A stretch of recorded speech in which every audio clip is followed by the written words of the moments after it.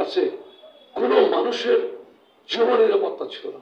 আমরা বরগুনায় দেখেছি পুলিশ প্রশাসন অতি উৎসাহী, আমি না আবার বলতে চাই না, এখন এমনি তারা চাপে আছেন, যেভাবে টর্চার করেছে ছাত্রদল, বিএনপি করলে বা বিএনপি বাসার কাজের লোক যে তার শ্বশুরকে ধরে নিয়ে গেছে।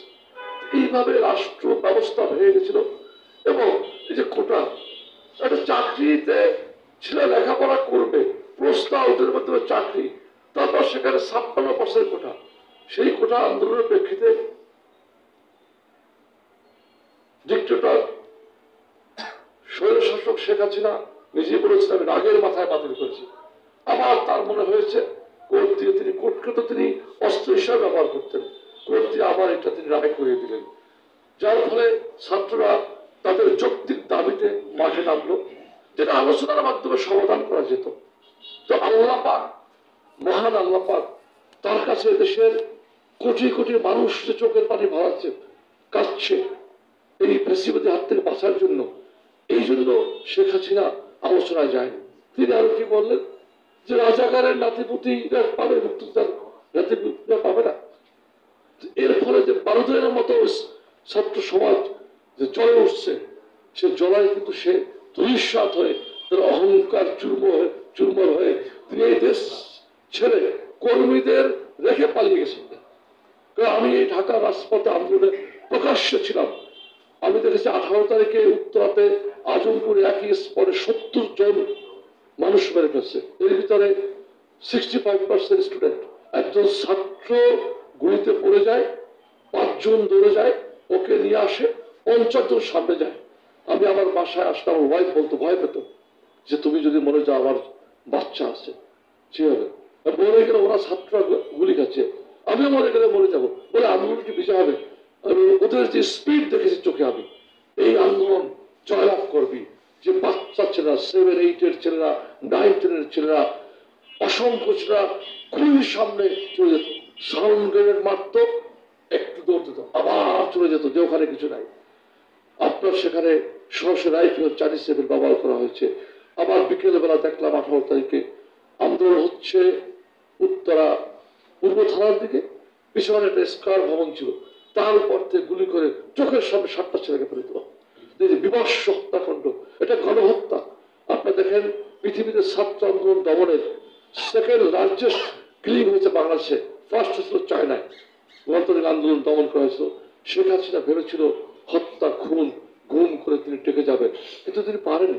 সর্বশেষ চেষ্টা করছেন, সর্বশেষ কারফিউ যখন দেওয়া হলো, লাস্ট সোমবার তিনি পালিয়ে গেলেন, তখন আমরা দেখি পুলিশ কমিশনার ডিক্লেয়ার করলেন কেউ বেরোতে পারবে না কারফিউ।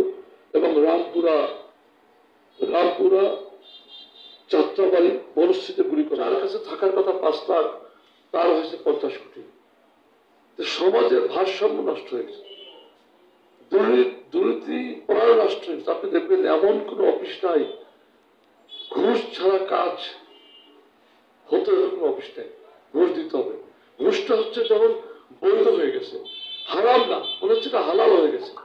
এমনও হয়েছে যদি ছেলে ঘুষ না খায় মেয়ে বিয়ে দেয় না। আমাদের সমাজ ব্যবস্থাটা এমন জায়গায় 15 বছরের দুর্নীতি নিয়ে আসছে।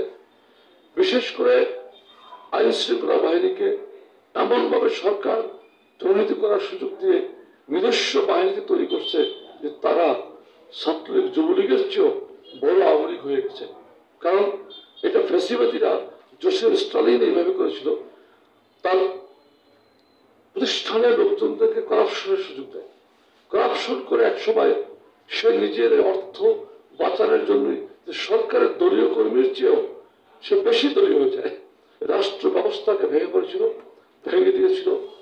বিসিএস পরীক্ষার প্রস্তাব, মেডিকেলের প্রস্তাব, আমি কত সেক্টর বলবো, আপনি আমার চেয়ে আরো বেশি জানেন।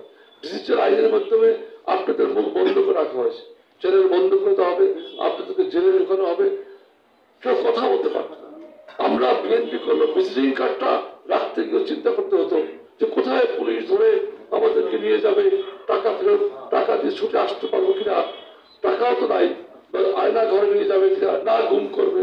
এবার আমাকে একবার গুমের তালিকায় নাম আসলো, আজকে বলি এখানে বলতে, ওই সময় র্যাবে একজন মেজর ছিলেন, উনি আমার ডিস্টেন্স অনেক দূরের আত্মীয়, হঠাৎ করে আমাকে একদিন অন্যতম কোকো সাহেব মারা গেছিল, কোকো সাহেবের মারা গেছে। ওই সময় হঠাৎ করে আমাকে ফোন দিল যে আপনি কোথায়, কেন, আপনি আসেন, একটা জায়গার নাম বললো, যে একা আসবেন গাড়ি ড্রাইভ করে।